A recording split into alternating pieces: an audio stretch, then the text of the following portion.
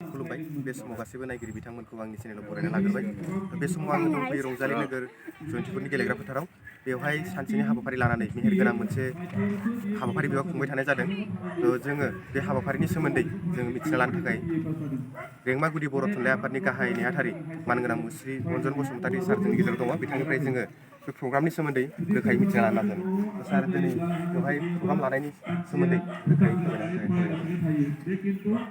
गिबियावनो उरियामघाट रेंमा गुदि बर' थुनलाइ आफाद जानानै आङो फैबाय थानाय क्रिसमासनि गासैबो रायजो राजानिसिम साबायखर एबा हामलायनाय जासिहरनाय थाबाय जाहाथे देग्लायनि क्रिसमासखौ रायजो राजाफ्रा मोजाङै बारग'होनो हायो बेनि थाखाय आङो फिन आर'ज गाबनाय थाबाय आनान गसाइनिसिम जे दिनै 5 डिसेम्बरखौ बर' थुनलाइ आफादा खन्थाइ सान हिसाबै फालिनाय दिनै एबा सेथि खेबनि थाखाय लानाय जादों। खन्थाइ साननि फालिनायनि गाहाय थांखियानो जाहैबाय रुंसारि ब्रजेन्द्र कुमार ब्रह्मनि जिथु थैनाय सान बे थैनाय सानखौनो साहित्य सभा एबा बर' थुनलाइया बिथांनि थैनाय सानखौ खन्थाइ सान हिसाबै फालिनो थाखाय थिरांथा लानाय जादों। थिग बे लेखायैनो जों दिनै उरियामघाट रेंमा आन्सलिक उरियामघाट रेंमा गुदि बर' थुनलाइ आफाद आरो लोगोसे धनस्री जिल्ला बर' थुनलाइ आफादजों खौसेयैनो जों दिनै रंजालि नोगोरनि गेलेग्रा फोथाराव जयन्तिपुर खौसेयै जों दिनै बे खन्थाइ सानखौ फालिनो थाखाय लाहार फाहार खालामनाय जादों आरो बे हाबाफारिजों लोगोसेनो जों बायदि रोखोमनि हाबाफारि लाफानाय जादों जेरैहाय रुंसारि ब्रजेन्द्र कुमार ब्रह्मआ रनसायनाय अखोरां गंसे नांगौ खन्थाइखौ जोङो फरायसाफोरनि गेजेराव खन्थाइ बादायलायनाय हाबाफारि लानाय जादों आरो जों माखासे मोसानाय हाबाफारिबो लाफानाय जादों आरो लोगोसे रुंसारि ब्रजेन्द्र कुमार ब्रह्मनि जिथु जिउ जारिमिननि सोमोन्दै जोङो गुवारै गासैबो रायजो राजानि गेजेराव आलासि बिथांमोननि जों बिबुंथिनि राहाबो लानाय जादों। दा हाबाफारि बादियै जोङो गिबि हाबाफारि बादियै जोङो धनस्री जिल्ला बर' थुनलाइ आफादनि एबा बर' साहित्य सभानि जों फिरफिलाखौ गिबि हाबाफारि बादियै बिरहोनाय जाबाय। जोङो दिनै बे गिबि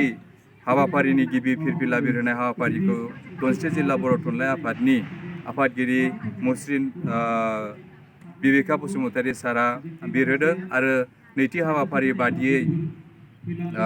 रुंसारि ब्रजेन्द्र कुमार ब्रह्मनि जिथु सावगारियाव साखि सावनाय आरो बिबार बावनाय हाबाफारि लानाय जादों बे हाबाफारिखौ जोङो जाफुंहोदों एबा गिबियै बिबार बावजेननाय एबा साखि सावजेननाय हिसाबै सावजेनगिरि हिसाबै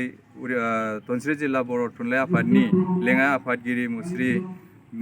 बिरजित बसुमतारी सारा गाहाय बावजेनगिरि हिसाबै बावजेनदों। बेनि उननि हाबाफारियाव जोङो फारियै दहाय आगोलावनो मख'खानाय बादियै ब्रजेन्द्र कुमार ब्रह्मनि जिथु अखोरां गंसे नांगौ खन्थाइखौ जोङो फारियै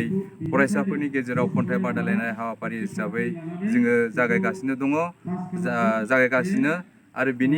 बेजों लोगोसेनो जोङो गासैबो बिथांनि जिउ जारिमिननि सोमोन्दै जों गासैबो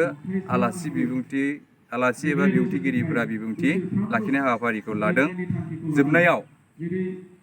आङो खावलायो जे रुंसारि ब्रजेन्द्र कुमार ब्रह्मआ सोरगोआव आलो गोजोनै जायगा मोननानै